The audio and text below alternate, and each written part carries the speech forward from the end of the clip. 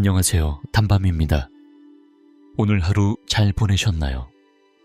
오늘은 여러분께 탈무드 이야기를 들려드리려고 해요. 그 안에는 많은 교훈들이 담겨 있어서 여러분이 듣고 나면 많은 지혜와 깨달음을 얻을 수 있을 거예요.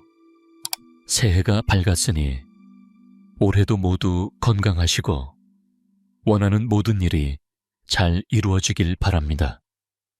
오늘도 제 목소리와 함께 편안한 밤 되세요. 구독과 좋아요, 알람 설정도 잊지 말고 꼭 해주세요. 오늘 이야기의 주인공은 젊은 나이에 남편을 잃고 홀로 남은 한 부인입니다.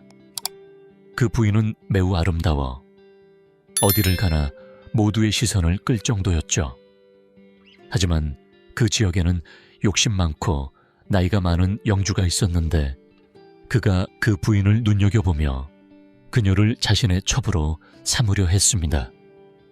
결국 부인은 참을 수 없어 그 고장을 떠나기로 결심합니다. 부인은 먼저 모든 재산을 처분하고 그것을 금으로 바꾸었습니다. 그리고 그 금을 7개의 단지에 나누어 담고 그 위에 꿀을 가득 채웠습니다. 겉보기엔 평범한 꿀단지일 뿐이었죠. 그 부인은 이 꿀단지를 남편의 친구에게 맡기면서 절대로 꿀을 건드리지 말아달라고 당부했습니다. 이와 함께 상황을 대비하여 증인도 세워두었죠. 남편의 친구는 꿀단지 속에 금이 있다는 사실을 전혀 알지 못한 채 그 단지들을 맡게 되었습니다. 부인은 영주의 눈을 피해 먼 길을 떠났고 한 해와 2해가 지나갔습니다. 그러던 중 남편의 친구의 아들이 결혼을 하게 되어 음식 준비를 하던 중 꿀이 부족하게 되었죠. 그는 부인의 당부를 기억하며 꿀을 조금만 덜어낼까 고민했지만 결국 꿀단지 하나를 열게 되었습니다. 그 단지 안에는 향기로운 아카시아 꿀이 가득했죠. 그러나 그는 그 꿀의 향기에 취해 꿀을 덜어내기 시작했습니다. 그러다 우연히 단지 바닥에 반짝이는 금속을 발견했고 결국 그 꿀단지 속에 숨겨진 금화들을 발견하게 되었습니다. 그는 욕심이 생겨 모든 꿀단지에서 금화를 꺼내어 다시 꿀을 가득 채웠습니다. 시간이 흐르고 늙은 영주가 세상을 떠났다는 소식을 들은 부인은 고향으로 돌아왔습니다. 그리고 남편의 친구에게서 꿀단지를 돌려달라고 요청했죠. 남편의 친구는 처음에 꿀단지를 맡길 때 증인을 세운 덕분에 그 단지들을 부인에게 돌려주었습니다. 그러나 부인이 그 단지들을 열어보니 꿀은 하나도 남지 않았고 금화도 보이지 않았습니다. 부인은 분노하여 재판관에게 찾아가 사정을 이야기했지만 증거가 없다는 이유로 소송에서 이길 수 없다는 답변만 들었습니다. 부인은 실망하여 집으로 돌아가고 있었는데 그 길에서 다윗을 만났습니다. 다윗은 전국적으로 유명한 재판관이었으며 부인은 다윗에게 자신의 억울함을 호소했습니다.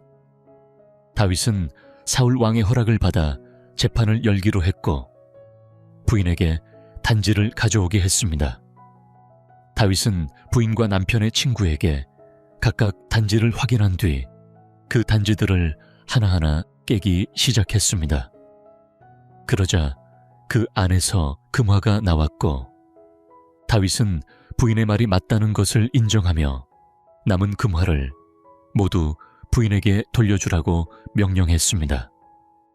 부인은 결국 잃어버린 금화를 되찾을 수 있었고 이 이야기는 우리가 때로는 참을성과 지혜를 가지고 기다려야 한다는 교훈을 줍니다. 3명의 상인이 함께 사업을 하여 큰 돈을 모은 후 그들은 예루살렘에 도착하게 되었습니다. 그날이 바로 안식일 전날이라 그들은 돈을 잃을까 두려워 함께 땅에 묻어두고 안식일 예배에 참석했습니다. 하지만 그중 한 명은 몰래 빠져나와 돈을 파내어 감추고 예배에 다시 합류했습니다. 나중에 돈이 사라졌다는 사실을 알게 된 세 사람은 서로를 범인으로 지목하며 큰 싸움을 벌였고 결국 지혜의 왕 솔로몬에게 재판을 요청했습니다. 솔로몬 왕은 세 사람의 이야기를 듣고 잠시 고민한 후 그들에게 다른 사건에 대해 먼저 의견을 물었습니다. 세 사람은 흔쾌히 동의하였고 왕은 이야기를 시작했습니다. 한 젊은 처녀가 약혼한 남자와 결혼을 약속했으나 얼마 지나지 않아 다른 남자와 사랑에 빠졌습니다. 그녀는 그 남자에게 헤어지자고 간청하면서 금전적인 피해와 정신적 피해에 대한 위자료도 지불하겠다고 말했죠. 그 후 약혼자는 위자료를 요구하지 않고 순순히 파혼을 허락했습니다. 그러나 그 처녀는 다른 남자와 결혼하고 그 남자는 부유한 사람이었죠. 하지만 어느 날 그 여인은 납치당하고 말았습니다. 납치범은 그 여자의 부유한 남편에게 돈을 요구했지만 여인은 첫 번째 남자에 대한 이야기를 들려주며 자신이 어쩔 수 없이 헤어진 것이라며 납치범을 설득했습니다. 결국 납치범은 여인을 풀어주었죠. 세 명의 상인은 각자 다른 의견을 내놓았습니다. 첫 번째 상인은 말했습니다. 첫 번째 남자는 위자료를 요구하지 않고 선행을 베풀었습니다. 그 덕분에 납치범도 선행을 따라 여인을 풀어주었죠. 두 번째 상인은 말했습니다. 여인은 용기를 내어 첫 번째 남자의 마음을 움직였고 결국 사랑하는 사람과 결혼할 수 있었습니다. 또한 그녀의 용기 덕분에 납치해서 탈출할 수 있었죠. 세 번째 상인은 조금 망설이며 말했습니다. 이야기의 앞뒤가 맞지 않아서 누구를 택해야 할지 모르겠습니다. 첫 번째 남자를 버리고 부유한 남자에게 시집 가기 위해 두 번째 남자를 선택한 것도 의심스럽습니다. 또한 납치범이 돈을 노리고 여인을 풀어준 것도 이상한 일입니다. 그러자 솔로몬 왕은 세 번째 상인을 지목하며 말했습니다. 너는 돈을 중심으로 이야기를 들었구나. 다른 상인들은 감정과 선행에 집중했지만 너는 돈에 집착했어. 그래서 너가 바로 범인이다. 세 번째 상인은 범인으로 밝혀져 감옥에 갇히게 되었고 다른 두 상인은 잃어버릴 뻔한 돈을 되찾을 수 있었습니다. 젊은이는 결코 포기하지 않았습니다. 그는 겸손하게 다시 한번 요청했습니다. 랍비님, 제발 제게 탈무드를 배울 기회를 주세요. 자격이 있는지 확인할 수 있는 시험이라도 부탁드립니다. 랍비는 그 말에 잠시 생각하다가 젊은이에게 문제를 하나 내었습니다. 어느 집에 두 아이가 굴뚝 청소를 하게 되었고 한 아이는 얼굴에 그름이 묻은 채 나왔고 다른 아이는 깨끗한 얼굴로 나왔다. 이 두 아이 중 누가 얼굴을 닦았겠는가? 젊은이는 별다른 고민 없이 쉽게 대답했습니다. 물론 얼굴이 더럽게 묻은 아이가 닦았겠죠. 그의 대답을 들은 랍비는 차가운 목소리로 말했습니다. 그렇다면 자네는 탈무드를 배울 자격이 없다는 말이다. 젊은이는 혼란스러워하며 다시 물었습니다. 그러면 정답은 무엇입니까? 랍비는 잠시 침묵 후 대답했습니다. 깨끗한 아이는 자신의 얼굴을 보고 깨끗할 거라고 생각했을 것이다. 그리고 더러운 아이는 깨끗한 아이를 보고 내 얼굴도 저렇게 깨끗했으면 좋겠다고 생각했을 것이다. 젊은이는 고개를 끄덕이며 이해했다고 말했습니다. 이제 알겠습니다. 죄송하지만 한 번 더 기회를 주십시오. 저는 정말 탈무드를 배우고 싶습니다.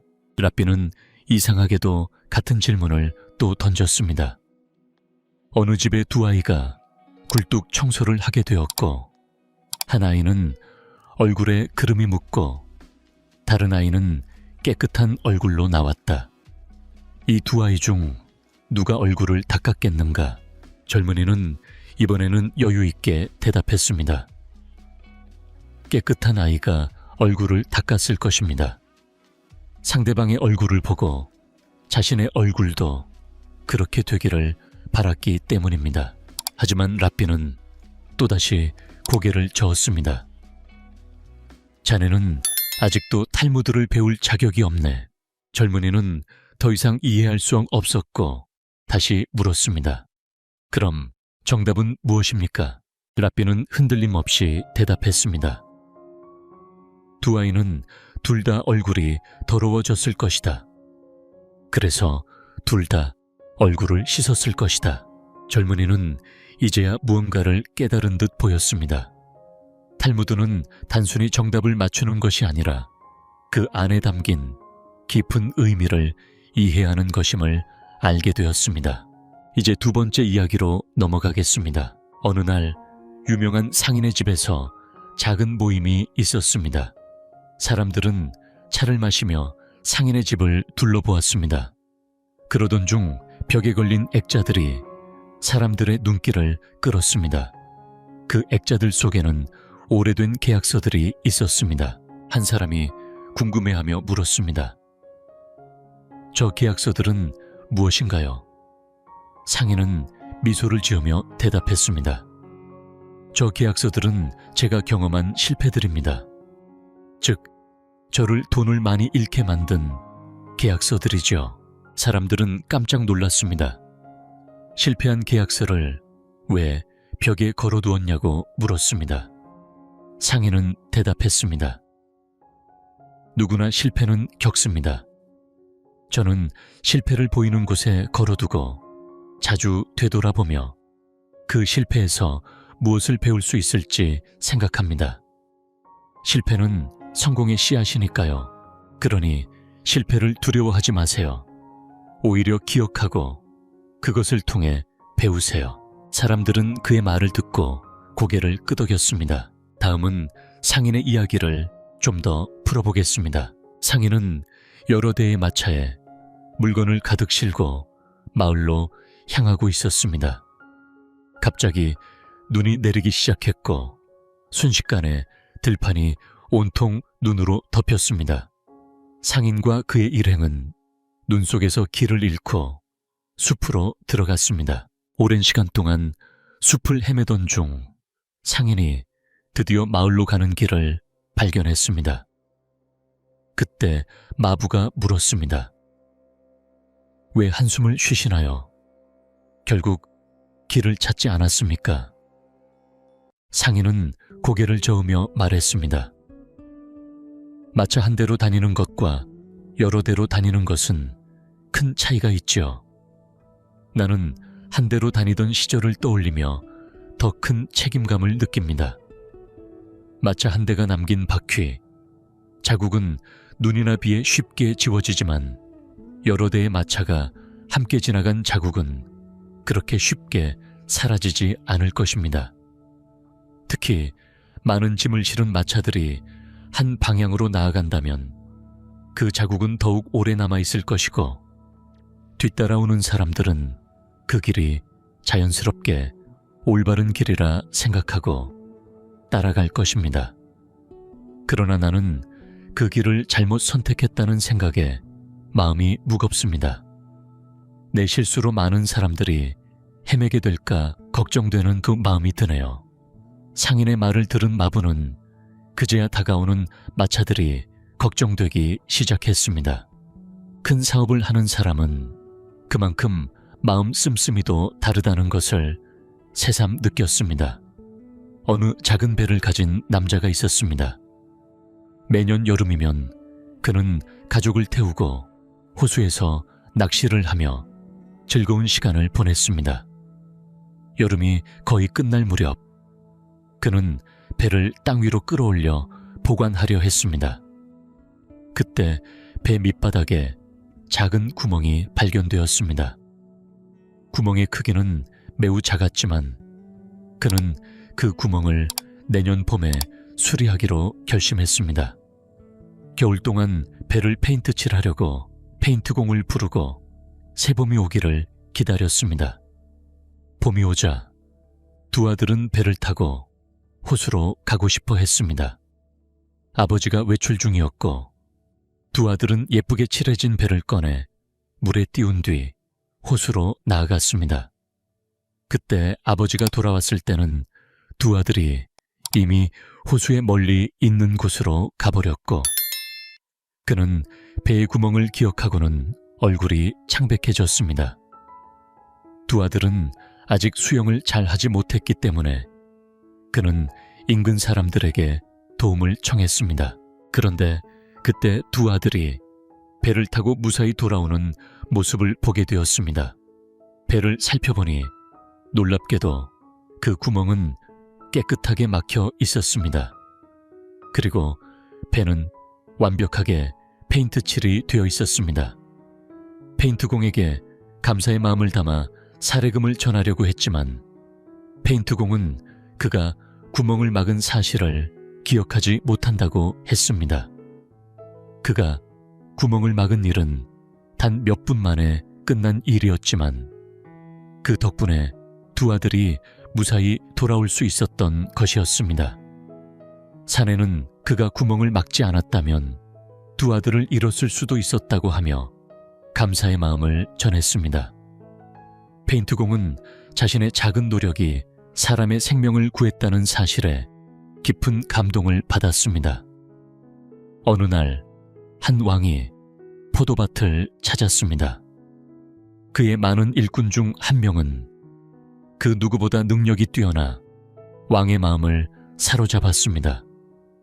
왕은 그 일꾼과 함께 포도밭을 거닐며 산책을 했습니다.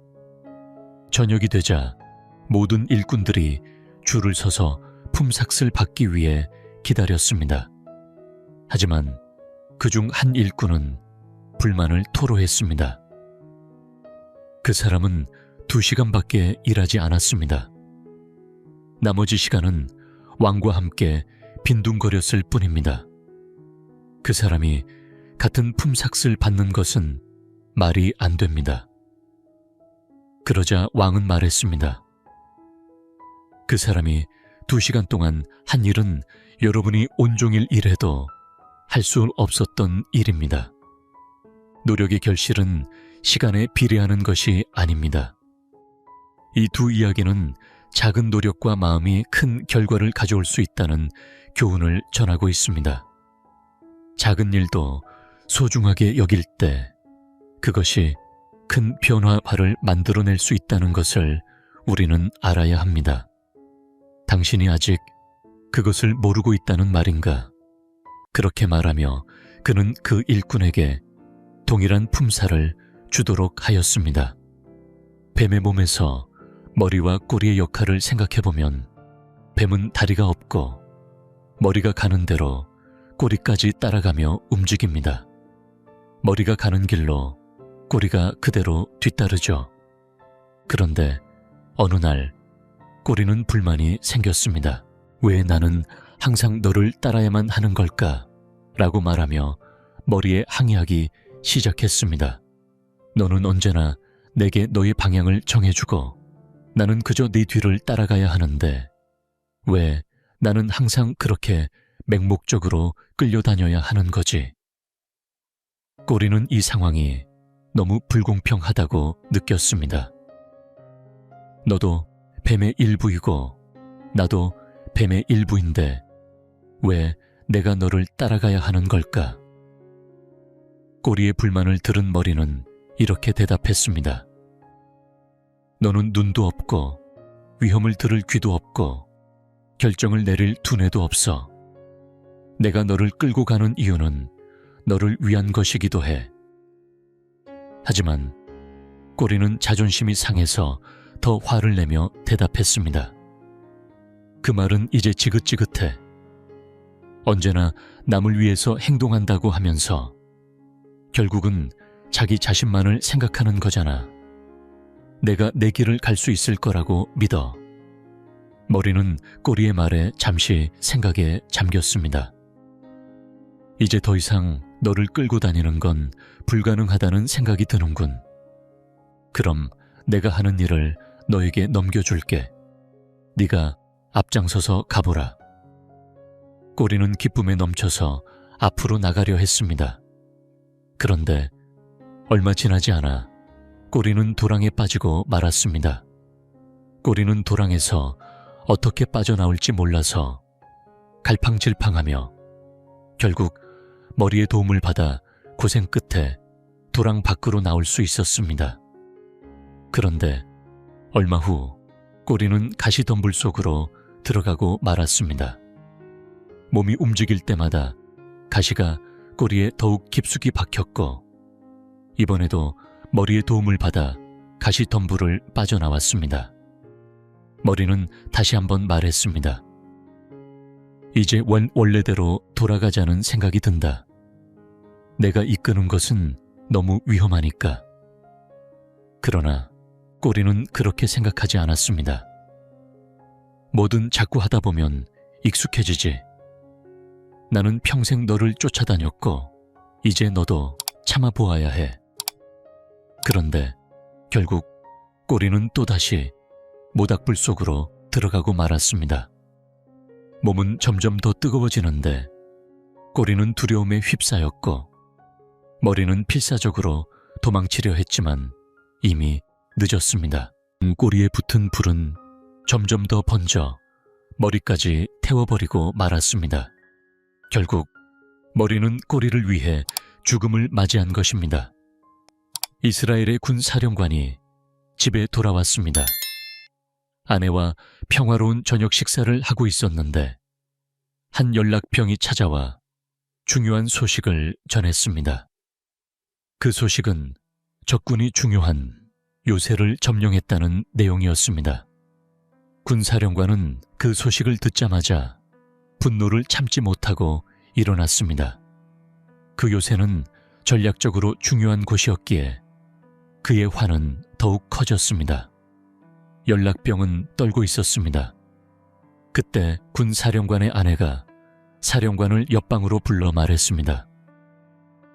당신은 요새를 잃어서 안타까워하지만 그보다 더 중요한 것을 잃고 있지 않나요? 사령관은 아내의 말을 듣고 한동안 말이 없었습니다.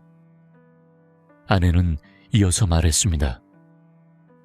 사령관의 위기가 아니라 군의 사기가 중요한 것이겠죠.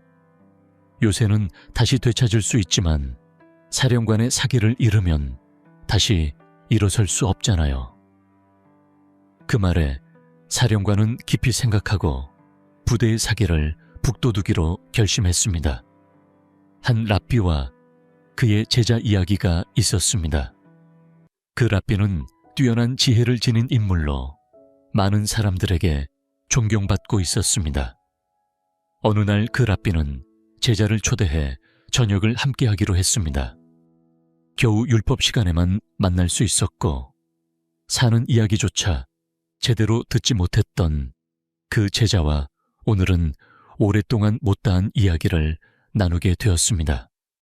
랍비는 기분 좋게 포도주를 가져와 잔을 가득 채워주었습니다.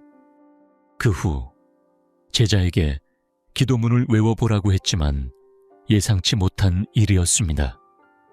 제자는 우물쭈물하며 기도문을 외우지 못했습니다. 랍비는 당황했지만 그의 화를 억누르며 다른 기도문을 시켰습니다. 그러나 그 기도문도 제대로 외우지 못했습니다. 율법 시간에 배운 내용도 마찬가지였습니다. 랍비는 자신이 기대했던 만큼 제자가 제대로 알지 못한 것에 매우 화가 났습니다. 내가 너에게 얼마나 큰 기대를 했는데 기도문 하나 제대로 외우지 못하다니 스승의 꾸지람에 제자는 고개를 들지 못한 채 집으로 돌아갔습니다. 그 며칠 후 랍비의 귀에 놀라운 소식이 전해졌습니다. 그 제자가 몇 달 동안 힘든 노동으로 돈을 벌어 병자와 가난한 이들을 돕고 있다는 사실을 알게 된 것이었습니다. 랍비는 그 소식을 듣고 부끄러움에 잠시 말을 잃었습니다. 어느 날 왕은 황에서 사냥을 하던 중 감미로운 피리 소리를 들었습니다. 그 소리가 너무나 맑고 깊어서 왕은 소리의 근원을 따라가기로 결심했습니다. 언덕을 넘고 강을 건너자 양치기 소년이 피리를 부는 모습을 보았습니다.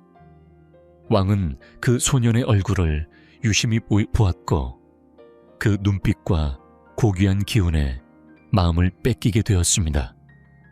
왕은 소년에게 궁으로 와서 자신의 일을 도와달라고 요청했습니다. 양치기 소년은 왕을 따라 궁으로 들어갔고 그곳에서 재무담당 대신으로 임명되었습니다. 하지만 왕의 총애가 깊어지자 신하들은 그를 시기하기 시작했습니다. 그들은 매일 양치기 소년을 내쫓을 방법을 생각하던 중 어느 날 왕에게 그가 돈을 빼돌리고 있다고 고발했습니다. 왕은 화가 나서 소년의 계좌를 조사하게 했습니다. 하지만 소년은 아무런 계좌도 돈도 없었습니다. 그 다음엔 소년의 집을 조사했으나 집은 매우 검소했고 아무것도 발견할 수 없었습니다. 그곳에서 유일하게 의심스러운 점은 자물쇠가 채워져 있는 하나의 방이었습니다. 하인들은 그 방을 청소하지 않으며 오직 양치기 소년만 드나들었다고 말했습니다. 신하들은 그 방에서 빼돌린 돈과 보석이 있을 것이라 확신하며 문을 부수고 방을 열었습니다.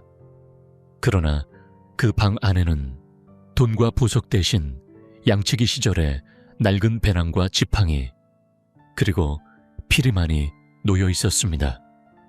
왕은 그 물건들을 보고 깜짝 놀랐습니다. 도대체 이것들이 무엇이냐? 왜 이런 물건들을 귀하게 간직하고 있느냐? 양치기 소년은 이렇게 대답했습니다. 왕께서 저를 대신으로 임명하셨지만 저는 원래 양치기였습니다. 이 물건들은 제 정체성을 잊지 않기 위해서 매일 이 방에서 기도하며 피리를 불었습니다. 왕은 자신이 소년을 의심했던 것이 부끄러웠습니다. 그리고 그를 모함한 신하들에게 벌을 내렸습니다. 그 후 양치기 소년에 대한 믿음은 더욱 굳건해졌습니다. 어느 마을에서 가장 가난하고 불행한 사람이 랍비에게 찾아왔습니다. 그는 자신의 집이 너무 작고 아이들이 10명이나 되어 매우 불행하다고 하소연했습니다. 랍비는 잠시 생각한 후 하나의 처방을 내놓았습니다. 자네 집에 사냥꾼을 키우고 있나? 네, 물론 키우고 있습니다. 그럼 그 사냥꾼을 방 안에 들여놓고 함께 살아보게. 사나이는 랍비의 말에 고개를 갸웃하며 집으로 돌아갔습니다. 그리고 그가 말한 대로 사냥꾼을 방 안에 들였으나 그 다음 날 그는 다시 랍비를 찾아왔습니다. 도대체 왜 이러셨습니까? 방 안에 사냥꾼까지 들여놓으니 더 이상 참을 수가 없습니다. 랍비는 웃으며 말했습니다. 자네 닭을 키우고 있나? 네, 여러 마리 키우고 있습니다. 그럼 그 닭들을 방 안에서 키워보게. 챗GPT 단어의 사나이는 그 다음 날 전날보다 더 강한 표정으로 랍비를 찾아왔습니다. 그는 불안과 초조함에 가득 차 있었습니다. 랍비님, 도대체 왜 그러셨습니까? 저는 이제 세상을 끝내고 싶을 정도입니다. 더 이상 살 수가 없습니다. 랍비는 평온하게 물었습니다. 그렇게 괴로우신가요? 사나이는 대답했습니다. 참을 수가 없습니다. 한순간도 이렇게 살 수가 없습니다. 랍비는 잠시 생각한 후 말했다. 그럼 사냥과 닭을 밖으로 내보내고 내일 다시 오세요. 사나이는 그 말을 듣고 집으로 돌아갔습니다. 그 다음 날 그는 다시 랍비를 찾아왔습니다. 그런데 그가 입고 온 표정은 이전과 달리 매우 평온하고 행복해 보였습니다. 랍비님, 말씀대로 사냥과 닭을 내쫓았더니 집이 이렇게 넓고 조용할 수가 없습니다. 궁전도 부럽지 않습니다. 랍비님께 정말 감사드립니다. 사나이는 여러 번 감사의 말을 전하며 행복한 얼굴로 집으로 돌아갔습니다. 행복한 사람의 셔츠와 관련된 이야기도 있었습니다. 한 부유한 사람이 큰 병을 앓게 되었고 유명한 의사들도 그를 고칠 수 없었습니다. 그때 한 떠돌이 수도자가 나타나 이렇게 말했습니다. 온전히 행복한 사람의 셔츠를 가져다 그의 등에 걸어주면 반드시 고칠 수 있을 것입니다. 그 가족은 온전히 행복한 사람을 찾기 위해 떠났습니다. 하지만 진정으로 행복한 사람을 찾는 것은 쉬운 일이 아니었습니다. 모두가 불행한 날을 경험하기 때문입니다. 아들은 아버지를 살리겠다는 결심을 하고 온전히 행복한 사람을 찾기 위해 며칠이고 몇 달이고 여행을 계속했습니다. 마침내 숲속의 작은 동굴을 발견한 그는 그곳에서 하룻밤을 보내기로 했습니다. 동굴 안에서 들려오는 사람의 목소리는 매우 밝고 행복해 보였습니다. 오늘도 푹 자야지. 나는 정말 행복해. 어제와 똑같이 오늘도 행복한 날이었고 내일도 아마 그럴 거야. 아들은 기뻐서 동굴 안으로 들어갔습니다. 그런데 그 남자는 아무것도 입고 있지 않았습니다. 그는 당황하며 물었습니다. 저는 당신이 행복하다고 외치는 소리를 들었기에 당신의 셔츠를 얻어야만 합니다. 그것이 아버지를 살릴 수 있습니다. 남자는 당황하며 대답했습니다. 저는 아무것도 가진 것이 없습니다. 셔츠조차 없습니다. 만약 셔츠가 있었다면 지금처럼 행복하지 않았을지도 모르겠네요. 그 외에도 한 아름다운 여인의 이야기가 있었습니다. 그녀는 남편을 일찍 잃고 홀로 된 후 영주의 추파를 받으며 고향을 떠나기로 결심합니다. 그녀는 자신의 모든 재산을 처분하여 7개의 꿀단지로 바꾸고 그 위에 꿀을 가득 채웠습니다. 그리고 그 꿀단지를 남편의 친구에게 맡기고 절대로 그 단지를 열지 말아달라고 부탁했습니다. 시간이 지나 남편의 친구 아들이 결혼을 준비하는데 꿀이 부족하여 부인의 당부를 무시하고 단지 하나를 열었습니다. 그 안에서 그는 금화를 발견하게 되었습니다. 금화가 가득 담긴 항아리 속에 그 남자는 욕심을 느꼈습니다.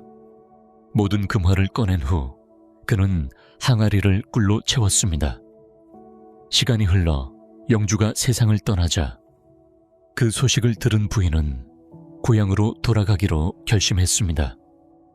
그녀는 남편의 친구를 찾아가 맡겨두었던 꿀단지를 돌려받기를 요청했습니다. 그 친구는 처음 꿀단지를 맡기던 날 증인을 불러 그 앞에서 7개의 항아리를 부인에게 돌려주었습니다. 꿀단지를 받은 부인은 급히 꿀을 덜어내었지만 그 안에 금화는 보이지 않았습니다. 부인은 화가 나서 재판을 요청했습니다. 재판관은 묻기를 항아리 속에 마가 들어있었다는 증언을 할 수 있냐고 했습니다. 부인은 자신만의 사실이라며 증인이 없음을 고백했습니다. 재판관은 항아리 속에 막아 있었다는 것을 증명할 수 없다면 소송에서 승리할 가능성이 없다고 말했습니다. 부인은 더 높은 재판관에게 가보았지만 상황은 달라지지 않았습니다. 그녀는 실망하여 집으로 돌아갔습니다.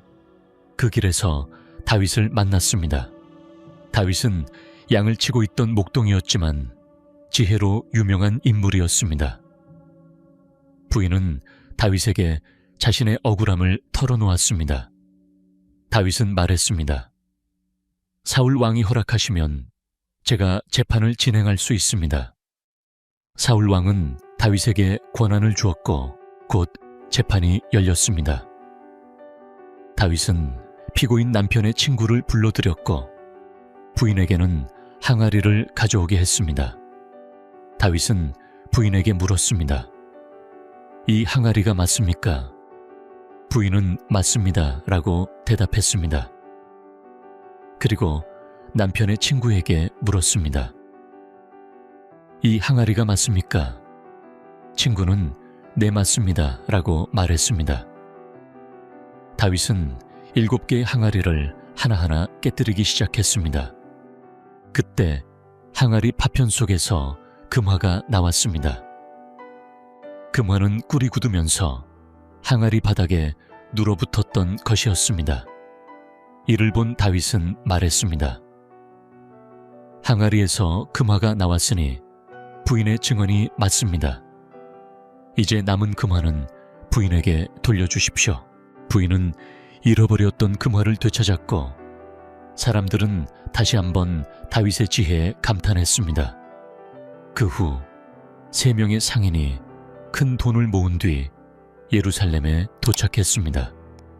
그러나 다음 날이 안식일이었고 그들은 돈을 잃을까 두려워 함께 땅에 묻어두고 예배에 참석했습니다. 하지만 한 상인은 몰래 빠져나가 돈을 모두 파낸 뒤 다시 예배에 참석했습니다. 나중에 돈이 사라진 사실을 알게 된 3사람은 서로를 범인으로 지목하며 싸움을 벌였습니다. 그들은 결국 솔로몬 왕에게 재판을 요청했습니다. 솔로몬 왕은 이야기를 들은 후 먼저 다른 재판을 진행하기로 했습니다. 그는 이렇게 말했습니다. 이 사건에 대해 의견을 부탁합니다. 3사람은 그 요구를 기꺼이 승낙했습니다. 솔로몬 왕은 이야기를 시작했습니다. 어느 젊은 처녀가 약혼한 남자와 결혼을 약속했으나 얼마 후 다른 남자와 사랑에 빠졌습니다. 처녀는 첫 번째 남자에게 헤어지자고 부탁하며 금전적 피해와 정신적 피해에 대한 보상으로 위자료를 제안했습니다. 그러나 첫 번째 남자는 이를 받아들이지 않고 그녀에게 파혼을 허락했습니다. 처녀는 새 남자와 결혼했지만 그 남자는 부유한 사람이었습니다. 어느 날 그녀는 노인에게 납치당했고 노인은 부유한 남편에게 돈을 요구했습니다. 처녀는 노인에게 첫 번째 남자와의 이야기를 들려주었고 자신이 사랑도 잃고 금전적인 피해를 입었음을 고백했습니다. 어떤 남자가 자신을 납치한 후 돈을 요구하려 했습니다. 그러나 그는 아무 이유 없이 그런 일을 할 수 없다고 생각하며 납치범을 설득했습니다. 이 이야기를 들은 노인은 그 납치범에게 여인을 풀어줄 것을 말하며 결국 그는 여인을 자유롭게 풀어주게 되었습니다. 그럼 이제 이 이야기의 등장인물 중 한 명에게 상을 주기로 했습니다. 그 상은 누구에게 줄 수 있을까요? 첫 번째 상인은 이렇게 말했습니다. 그 사람은 비록 몸에 상처를 입었지만 위자료를 요구하지 않은 진정한 사람입니다. 그의 선행 덕분에 납치범이 여인을 풀어줄 수 있었습니다. 두 번째 상인은 또 이렇게 말했습니다. 여인은 칭찬을 받아야 합니다. 그녀는 용기를 내어 첫 번째 남자의 마음을 움직였고 그 덕분에 사랑하는 사람과 결혼할 수 있었습니다.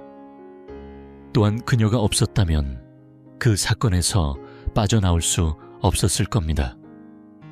세 번째 상인은 조금 주저하며 말했습니다. 이 이야기는 처음부터 끝까지 잘 맞지 않는 부분이 많습니다. 한 사람이 물질적인 손해를 입은 약혼녀를 떠나보낸 것도 이상하고 납치범이 인질의 몇 마디에 순순히 여인을 풀어준 것도 이해가 되지 않습니다. 여인은 용기가 있었지만 과연 돈 많은 남자에게 시집 가기 위해서 첫 번째 남자를 버린 것일까요? 이 부분에 대해선 조금 더 조사를 해봐야 할 것 같습니다. 그러자 솔로몬 왕이 세 번째 상인을 향해 말했습니다. 바로 내가 돈을 훔쳐간 범인입니다. 세 명의 상인들은 어리둥절해하며 솔로몬 왕을 쳐다보았습니다. 솔로몬 왕은 그들에게 이유를 설명했습니다. 너희들은 애정이나 선행에 집중하고 있지만 너는 이야기를 처음부터 끝까지 돈이라는 중심으로 보았지. 그래서 나는 확신한다. 너는 돈에 집착하는 사람이었고 그것이 바로 범인의 행동이었다. 그 후 두 명의 상인은 잃어버릴 뻔한 돈을 다시 되찾게 되었고 세 번째 상인은 죄를 짓고 감옥에 갇히게 되었습니다. 그 후 한 젊은이가 유대인에 대해 배우기로 결심했습니다. 그는 유대인이 아니었기에 유대인을 연구하는 것이 쉽지 않았습니다. 먼저 구약 성경을 읽고 유대인에 대한 책을 모두 구해 읽었습니다. 그 후 그는 탈무드를 공부해야 한다는 것을 깨달았고 이를 위해 유명한 랍비에게 찾아갔습니다. 저는 유대인은 아니지만 탈무드를 공부하고 싶습니다. 허락해 주세요. 하지만 랍비는 단번에 거절했습니다. 너는 탈무드를 배울 자격이 없다. 집으로 돌아가라. 젊은이는 그 말을 듣고 포기할 수 없었습니다. 그는 정중하게 다시 요청했습니다. 랍비님, 저는 정말 탈무드를 배우고 싶습니다. 제발 저에게 시험의 기회라도 주세요. 그 말을 들은 랍비는 젊은이에게 문제를 하나 내었습니다. 어느 집의 두 아이가 굴뚝 청소를 하게 되었다. 그런데 한 아이는 얼굴에 그을음이 가득 묻어서 나오고 다른 아이는 깨끗한 얼굴로 굴뚝에서 나왔다. 두 아이 중 누가 자기 얼굴을 닦았겠느냐? 젊은이는 미소를 지으며 말했습니다. 당연히 얼굴에 그을음이 묻은 아이가 얼굴을 닦았겠죠. 랍비는 차가운 목소리로 말했습니다. 그렇다면 자네는 탈무드를 배울 자격이 없다. 젊은이는 고개를 끄덕이며 말했습니다. 아, 이제 이해했습니다. 죄송합니다. 다시 한번 기회를 주십시오. 저는 정말로 탈무드를 배우고 싶습니다. 그런데 랍비는 동일한 질문을 다시 던졌습니다. 이번에는 잘 생각하고 대답해보라. 두 아이 중 누가 얼굴을 닦았겠느냐? 젊은이는 이번에도 여유롭게 대답했습니다.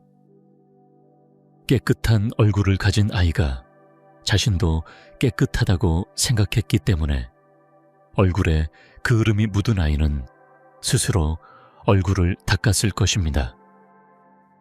그러자 랍비는 고개를 저으며 말했습니다. 자네는 아직도 탈무드를 배울 자격이 없다. 젊은이는 결국 다시 한번 질문을 던졌습니다. 그렇다면 답은 무엇입니까? 랍비는 한마디로 답했습니다. 두 아이가 굴뚝 청소를 했는데 한 아이는 왜 더러워지고 다른 아이는 왜 깨끗할 수 있었겠는가? 이 질문에 대한 답은 그 두 아이가 굴뚝을 청소하면서도 각자의 얼굴 상태를 스스로 판단하고 반영했다는 것입니다. 모든 일이 다 계획대로 잘 될 수는 없습니다. 때로는 실패가 뒤따르기도 하죠. 이 사실을 누구나 잘 알고 있습니다. 그러므로 젊은이는 탈무드에서 말하는 바를 이해할 수 있었습니다. 중요한 건 정답을 찾는 것이 아니라 그 과정을 통해 무엇을 배울 수 있는가 하는 점이었습니다. 어느 날 성공한 상인의 집에서 작은 모임이 열렸습니다. 사람들은 차를 마시며 상인의 집을 구경하고 있었습니다. 벽에 걸린 액자들에서 사람들의 시선이 멈췄습니다. 그 액자 속에는 오래된 계약서들이 있었습니다. 사람들은 그 계약서들이 큰 돈을 벌어준 특별한 계약서일 거라고 추측했죠. 하지만 상인이 들어와서 그 계약서들을 가리키며 이렇게 말했습니다. 이 계약서들은 모두 저에게 큰 실패를 안겨준 것들입니다. 말 그대로 돈을 많이 잃게 만든 계약서들이죠. 사람들은 깜짝 놀랐습니다. 실패한 계약서들을 왜 벽에 걸어두었는지 궁금해했죠. 상인은 웃으며 답했습니다. 모든 사람은 실패를 겪으며 살아갑니다. 저는 실패한 것들을 눈에 띄는 곳에 두고 틈날 때마다 그들을 다시 생각해 봅니다. 실패 속에서 성공의 씨앗을 찾을 수 있기 때문이죠. 그래서 실패를 두려워하지 않고 부끄러워하지도 않습니다. 사람들은 상인의 말을 듣고 고개를 끄덕였습니다. 성공 뒤에는 그만큼의 책임감과 깊은 성찰이 있다는 것을 깨달은 순간이었죠. 한편 큰 사업을 하는 상인이 있었습니다. 그는 여러 대의 마차에 물건을 실고 마을로 가던 중 갑자기 내린 눈으로 길을 잃고 숲으로 들어가게 되었습니다. 그는 숲을 헤매던 중 드디어 마을로 가는 길을 찾았지만 그 길이 쉽지 않다는 것을 깨닫게 되었습니다. 마차 한 대가 남긴 바퀴, 자국은 금방 사라지지만 이렇게 많은 짐을 실은 마차들이 한꺼번에 지나가면 그 자국은 쉽게 사라지지 않겠죠. 내 뒤에 오는 사람들이 그 길을 당연히 옳은 길이라 생각하며 따라가겠지만 만약 내가 실수하면 많은 사람들이 헤매게 될 것입니다. 마부는 상인의 말을 듣고 그가 얼마나 큰 책임감을 가지고 있는지를 깨달았습니다. 큰 사업을 할수록 마음 씀씀이가 다르다는 것을 느꼈습니다. 또 다른 이야기도 있었습니다. 작은 배를 가지고 있던 한 사내가 있었습니다. 그는 여름마다 가족을 데리고 호수에서 낚시를 하며 즐거운 시간을 보냈습니다. 그러나 어느 날 겨울철에 배를 보관해 두면서 작은 구멍을 발견했습니다. 그 구멍을 내년 봄에 고치려 했습니다. 하지만 그해 겨울 페인트공이 배를 수리해 주었습니다. 그리고 봄 그의 두 아들이 그 배를 타고 호수로 나갔습니다. 아버지는 배에 구멍이 있었다는 사실을 떠올리며 걱정했지만 다행히 아들은 무사히 돌아왔습니다. 배는 깨끗하게 수리되었고 아버지는 고마운 마음으로 페인트공에게 사례금을 전했습니다. 이 모든 이야기는 결국 하나의 중요한 교훈을 전하고 있습니다. 실패를 두려워하지 않고 그 속에서 배우며 그 경험을 통해 더 나은 길을 찾아가는 것이 중요하다는 것을, 실패는 끝이 아니라 새로운 시작일 수 있습니다. 한 남자가 페인트공을 찾아갔습니다. 그는 작은 선물과 함께 페인트 칠 대금을 내밀었습니다. 그런데 페인트공은 고개를 갸웃하며 물었습니다. 저번에 배를 페인트 칠한 값은 충분히 받았습니다. 그런데 이 돈은 무엇인가요? 남자는 조심스레 그 사정을 설명했습니다. 배에 작은 구멍이 있었고 당신이 그 구멍을 고쳐주었기 때문에 오늘 두 아들이 무사할 수 있었다고 말했습니다. 페인트공은 당황스러워하며 말했습니다. 저는 단지 페인트 칠을 잘 하기 위해 구멍을 막았을 뿐입니다. 그 일이 그리 중요할 줄은 몰랐습니다. 그는 구멍을 막는데 몇 분밖에 걸리지 않았고 그 시간도 그리 길지 않았습니다. 그러나 남자는 계속해서 감사의 마음을 담아 선물을 주었고 페인트공은 결국 이를 받아들였습니다. 페인트공은 그 작은 노력이 사람의 목숨을 구했다는 사실을 믿기지 않았습니다. 그는 자신이 그저 페인트 칠을 잘 하려 했을 뿐인데 그것이 두 아들의 생명을 구하는 일이 될 줄 몰랐습니다. 그 순간 그는 자신의 작은 일이 얼마나 큰 변화를 일으킬 수 있는지 깨닫고 뿌듯한 마음을 느꼈습니다. 그 뒤 한 왕은 큰 포도밭을 가졌습니다. 그곳에서 많은 일꾼들이 일을 하고 있었습니다.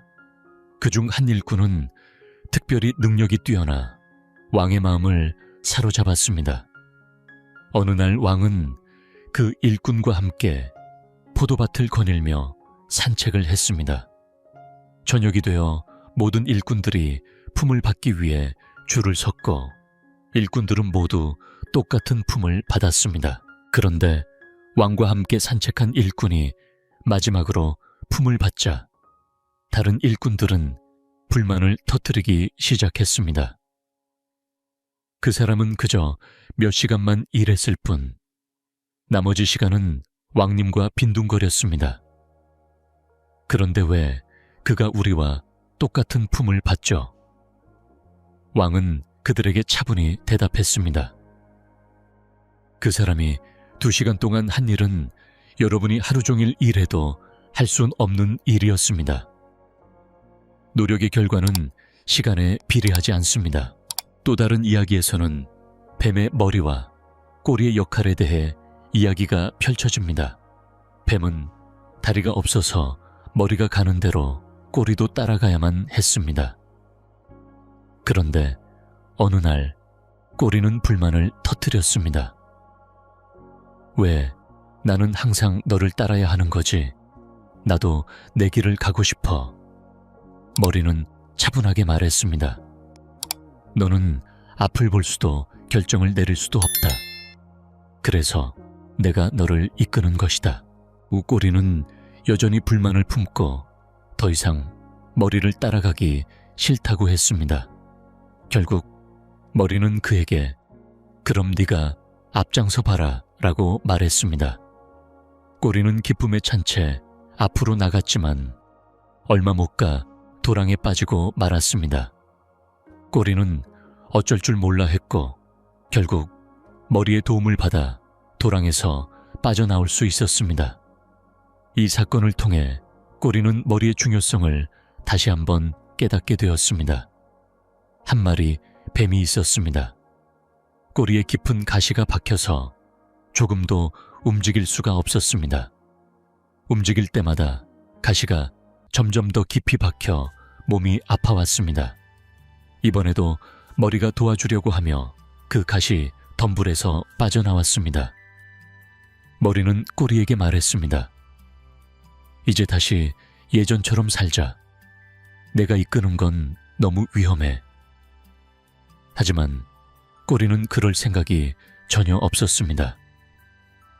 뭐든 계속 하다 보면 익숙해지지.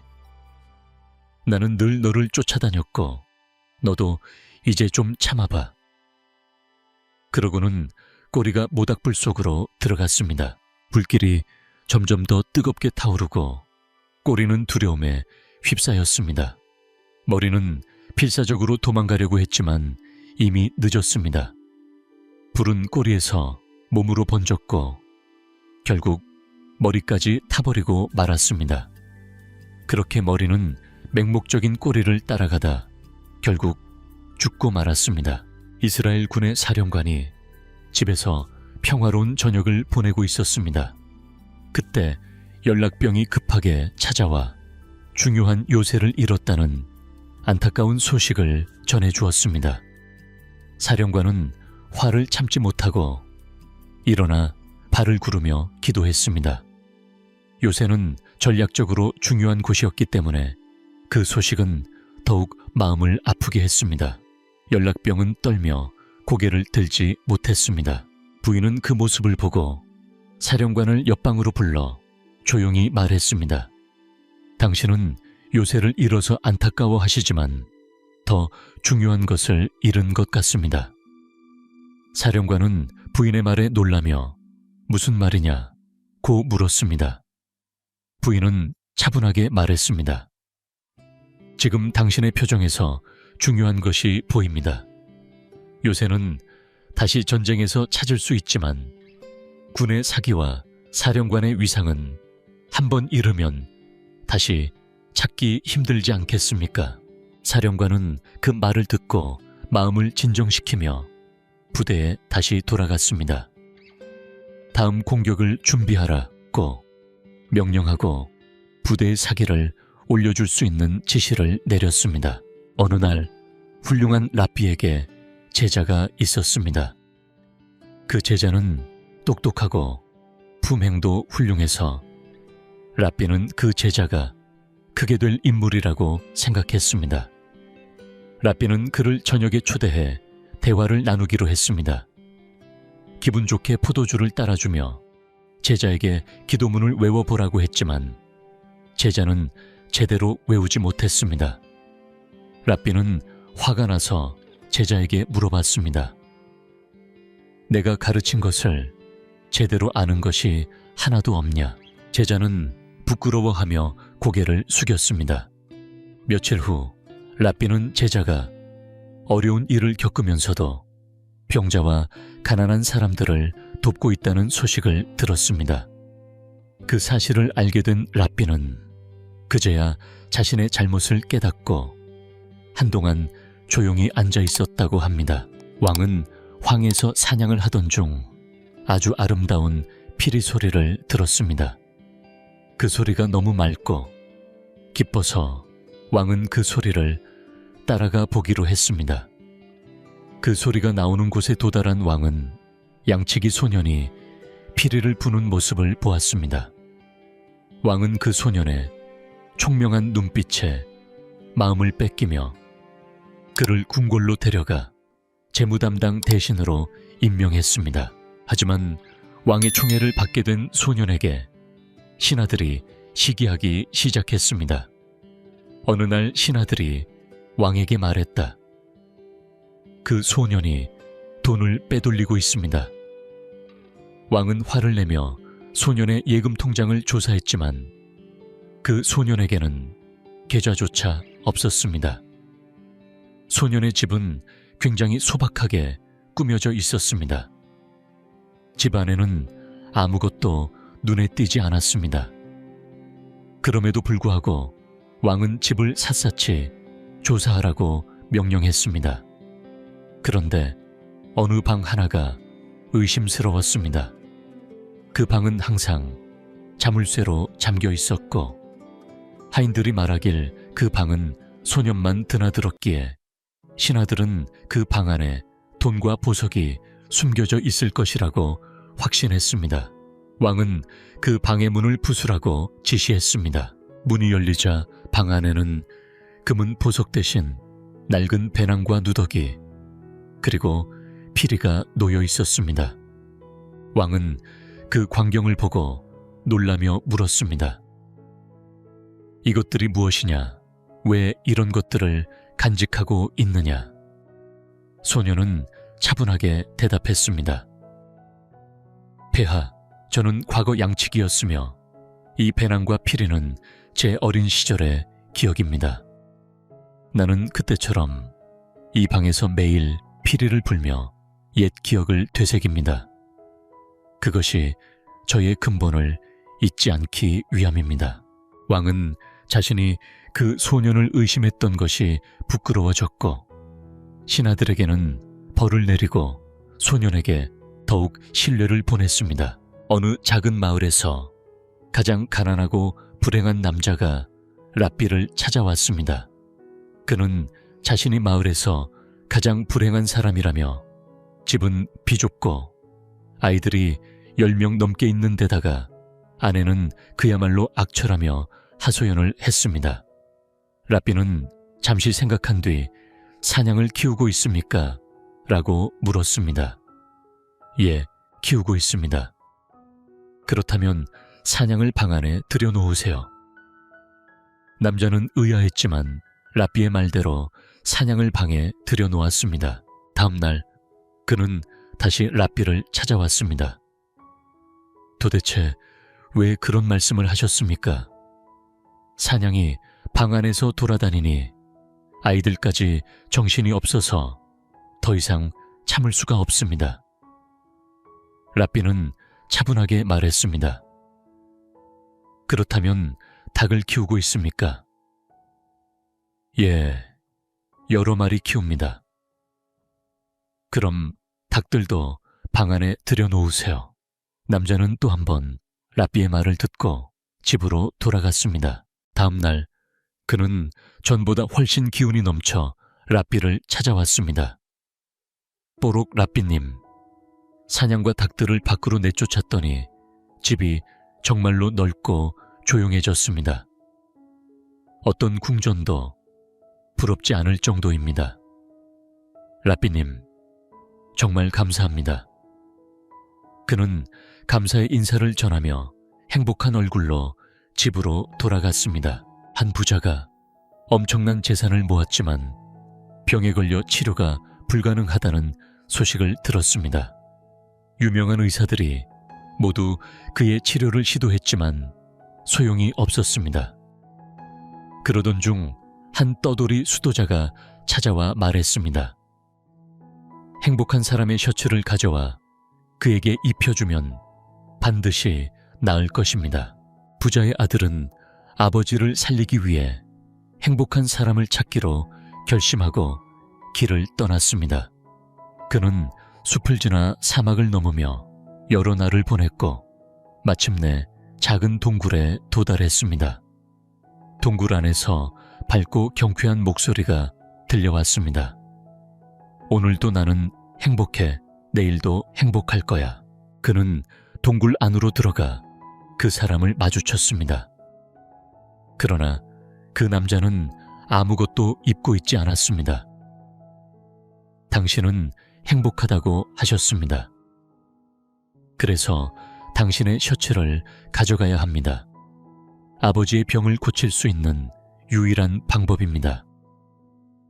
그러자 남자는 당황하며 대답했습니다. 보시다시피 저는 아무것도 가진 것이 없습니다. 셔츠도 없고 만약 있었다면 지금처럼 행복하지 않았을지도 모르겠습니다.